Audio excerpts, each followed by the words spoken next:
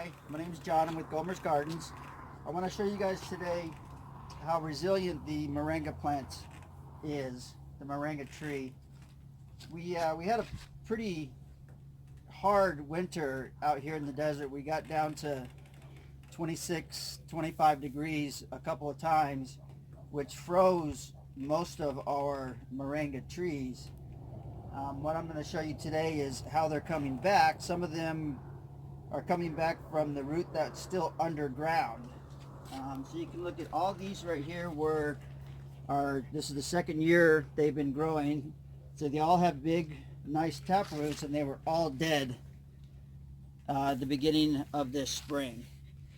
And you can see that's the way they looked at the beginning of the spring. And if you can see right down in here, it's growing a brand new stalk. And that's what all these are doing here. They're all growing new stalks either directly from the root or from the nodes on the actual moringa trees. So that's how resilient they are. As long as their roots don't freeze, then they will come back. From Gomer's Gardens, I want to show you part 2 of this video. I want to show you why I cut some of these down at different lengths, also why I cut some down all the way. These here are tap roots where the tree itself froze all the way down to the root itself. These ones, I'm not sure if they're going to come back. They're still solid. They still feel good. I'm just waiting for some sort of growth on the very bottom of the stem. And actually, look at that right there. It's growing up from the root itself. So that answers my question. That one's going to be coming back. And then the other ones that I have over here, some of them, just the top was dead on them, so I cut just the tops of them off. And that's kind of why they're all different sizes, is I kind of guessed where the dead part was and cut it off. And this is one that I went ahead and let grow. So this is the size they would be this year. It would have been a little bit bigger because it did have some cold damage, but it survived without freezing the whole entire plant.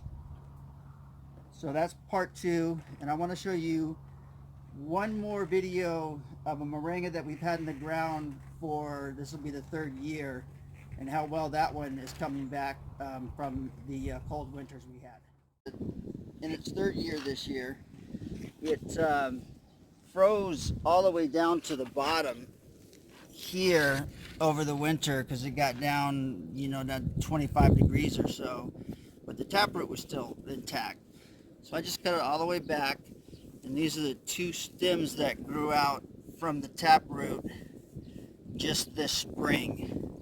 So there's many different ways to, you can let this grow straight up and seed out. What I like to do for more leaf production is to trim these back so they turn more into a bush than a tree. Several ways you can do it. Most people say to cut these back about 12 inches, and I like about 12 inches. That way you'll get new growth out of some of these here, because we'll just pull these off and we'll get new growth out of these areas right here, which will form their own stems. So I'm going to go ahead and cut it back about 12 inches. I think I'll cut it just above this one because this one's actually growing a new stem already right in there. And I'm just going to go ahead and break that off. And then this one I think I'm going to cut a little bit lower, maybe about right here, so we get these 2 spots that can grow new stems. You can leave these on, and sometimes they'll stem out through the side here, but I usually just cut them off just to get all brand new stems. And then all these leaves here we can dry and use for tea,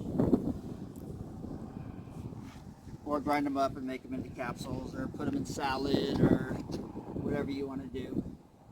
So we'll show you this tree again in a couple weeks and show you how the growth progresses throughout the summertime.